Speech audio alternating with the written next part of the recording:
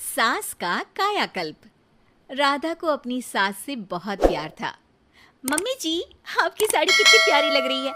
काश मैं भी आपके जैसी साड़ी पहन पाती। अरे बेटा, हमारे जमाने में तो साड़ी ही चलती थी। तू क्या करेगी साड़ी पहनकर? दिन भर भागा दौड़ी करती है। साड़ी कंफर्टेबल नहीं फील कराएगी। तू तो ऐसे ही जचती है बेटा। राधा सास को लेकर घूमने जाती, सैर करती और उनसे खूब बातें किया करती थी। एक दिन, अरे राधा और माँ सुनो, अब हम लोगों को बम्बई चलना पड़ेगा। मेरी नई नौकरी वहीं लगी है। अरे वाह माँ, कितना मजा आएगा ना। अरे नहीं नहीं, मैं नहीं जाऊंगी। बड़ा शहर, बड़े लोग, मेरा दिल नहीं लगेगा। अरे माँ, मैं हूं ना आपके साथ। और सारा परिवार बड़े शहर में शिफ्ट हो जाता है। एक दिन, राधा, तू भी अब नौकरी में जाने लगी है। मैं तो बोर हो जाती हूँ। सोच रही हूँ आसपास की औरतों से दोस्ती कर लूँ। हाँ हाँ माँ, और क्या, यहाँ की औरतें तो किटी पार्टी और बहुत सी फन लविंग एक्टिविटी करती हैं। तो बेटा, दो चार फन लविंग से मुझे भी मिलवा देना। बहू सास के साथ बाहर निकलती है तो देखती है कि सास की उम्र की जो औरतें टहल रही हैं, उनका पहनावा ओढ़ावा सास से बिल्कुल अलग है। लेकिन फिर भी राधा एक औरत को रोकती है। Hello aunty, how are you? Oh great darling. Aunty, हम लोग यहाँ नए शिफ्ट हुए हैं। ये मेरी मम्मी है। क्या ये कल से आप लोगों को ज्वाइन कर सकती हैं? वो औरत सास की तरफ बड़ी ही अजीब नज़रों से देखती है, फिर कहती है, अब ठीक है, कल से भेज देना। सास समझ जाती है कि उस औरत को वो ठीक नहीं लगी, लेकिन फिर भी वो कुछ नहीं बोलती। अगले दिन, अरे माँ, अच्छी सी साड़ी पहनकर तैयार होकर जाइए। आपको आपकी दोस्तों के पास जाना है ना। और नहीं नहीं, मैं सोच रही हूँ घर पर बैठकर टीवी देखूं। वैसे भी रामायण का नया एपिसोड आएगा। नहीं माँ, आप जाओ ना, लोगों से मिलो, बात करो, अच्छा लगेगा। ना चाहते हुए भी सास उन लोगों के पास जाती है, लेकिन सभी सास से बुरा व्यवहार करते हैं। सास मुंह लटकाकर घर आ जाती है। बहू समझ जाती है कि सास को कुछ हुआ है। वो रोज सास को पार्क में भेजती, लेकिन सास रोज मुंह लटकाकर वापस आ जाती। क्या हुआ माँ, आप बाहर जाकर खुश नहीं होती हैं? अरे बेटा, खुश तो हूँ लेकिन लेकिन क्या माँ, आपको तो लोगों से मिलना, बातें करना अच्छा लगता था। मैं देख रही हूँ कि आजकल आप बाहर से आती हैं तो परेशान सी दिखती हैं। सास कुछ नहीं कहती, अपने कमरे में चली जाती है। अगले दिन राधा चुपके से सास के पीछे पार्क में जाती है। हेलो, कैसे हैं आप लोग? एक औरत मुंह बनाकर साइड हो जाती है। सभी एक दूसरे से बात करती हैं, लेकिन राधा की सास साइड में चुपचाप अकेली बैठी रहती हैं। राधा घर आती है और सास के वापस आने का इंतजार करती है। सास मुंह लटकाकर घर आती है। अरे मम्मी जी, तब से इंतजार कर रही हूँ, जल्दी तैयार हो जाइए, मार्केट जाना है। राधा सास को लेकर बाजार जाती है और उन्हें कुछ मॉडर्न कपड़े दिलाती है। अगले दिन सास उन कपड़ों को पहनकर पार्क में जाती है। Oh my god, you are looking gorgeous. Beautiful top, कहाँ से लिया? हे, मेरे घर में कल किटी है, तुम जरूर आना। अजीब औरतें हो तुम लोग। मैं रोज आती थी, तब तो तुम लोग सीधे मुंह बात भी नहीं करती थी। आज इन कपड़ों को देखकर तुम मुझे घर बुला रही हो। लेकिन सुनो, अब मुझे तुम लोगों से कोई बात नहीं करनी और ना ही दोस्ती करनी है। अरे तुम तो बुरा मान गई। वैसे दोस्ती नहीं करनी थी तो ये कायाकल्प क्यों किया? ये मेरी बहू ने किया है। मैं यहाँ सिर्फ ये देखने के लिए आई थी कि तुमको मुझसे समस्या है या मेरे कपड़ों से। कपड़े तो बदले जा सकते हैं। अच्छा चलो, जो भी हो, अब हम लोग तुम्हें अपने साथ रखने को तैयार हैं। लेकिन अब मुझे तुम लोग नहीं पसंद। ये बोलकर राधा की सास वहां से चली जाती है। वाह माँ जी, आज तो आपका चेहरा खिला खिला सा लग रहा है। लगता है आपकी सहेलियों ने आपको अपना लिया। हाँ, वो तो अपनाना ही था। दिखावे वाली जो है वो, मेरे कपड़े बदलते ही उनका दिल बदल गया। लेकिन आज मैं उन्हें मना कर आई, अरे क्यों माँ जी? क्योंकि उन लोगों को मुझसे नहीं मेरे कपड़ों से दोस्ती करनी थी। वैसे मेरे पास तो तू है ना, मेरी प्यारी बहू, मुझे किसी की जरूरत नहीं है। अरे नहीं नहीं माँ जी, आप ऐसा क्यों सोच रही हैं? बेटा ये गलत भी तो नहीं है, जैसा देश वैसा भेष। क्यों? ठीक है ना माँ, अब जब ये हम लोगों का देश है तो क्यों ना हम यहाँ का भेष अपना ले। हाँ हाँ जरूर, मैं तो तैयार हूँ।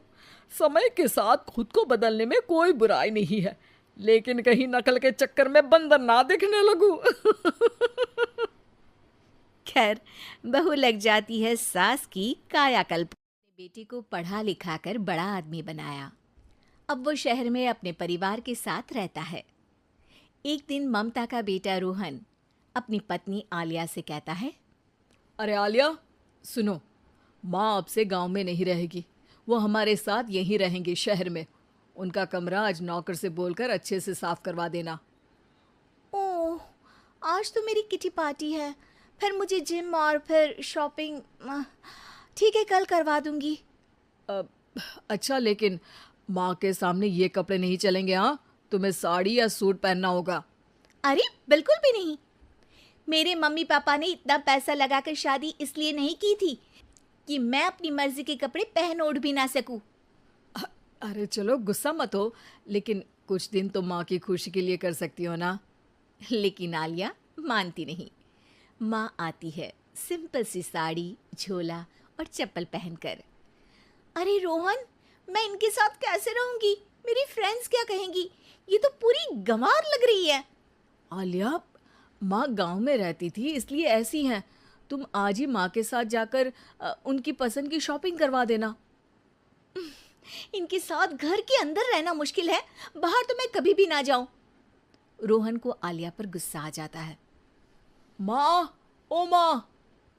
हाँ बेटा।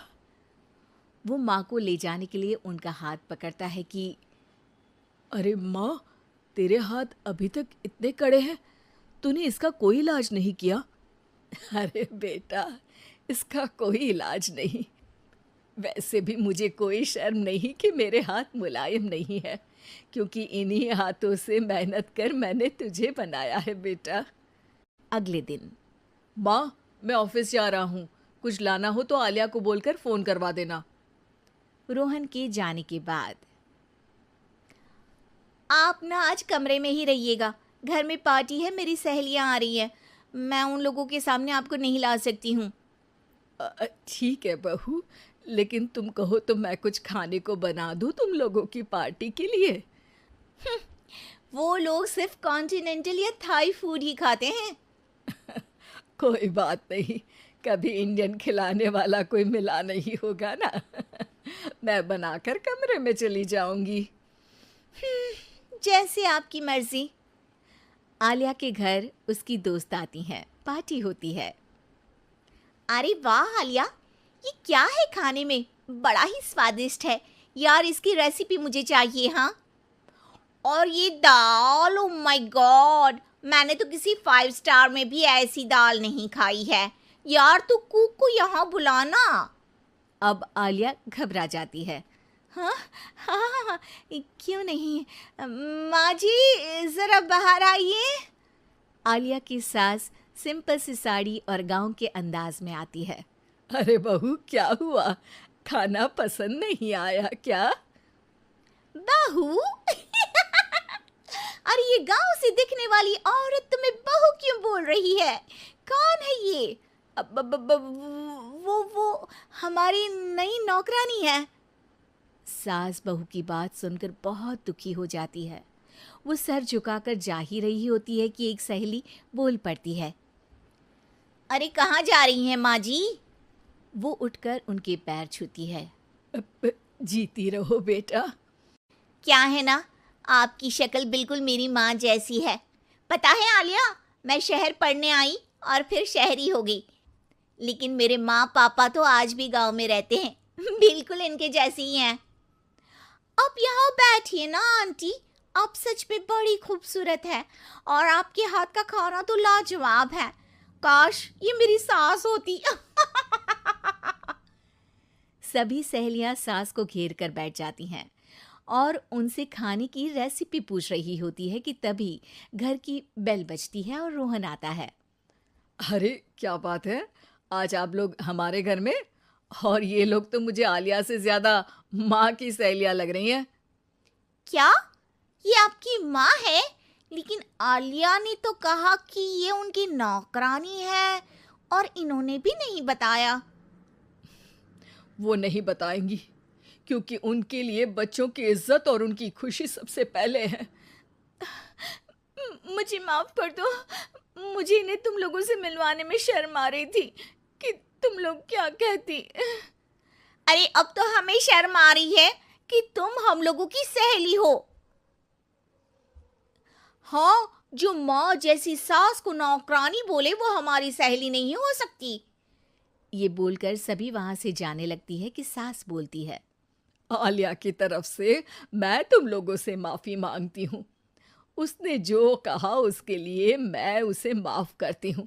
अब तुम लोग भी उसे माफ कर दो, क्योंकि अगर तुम लोगों ने उससे दोस्ती तोड़ी तो फिर मेरे हाथ का खाना कैसे खाओगी?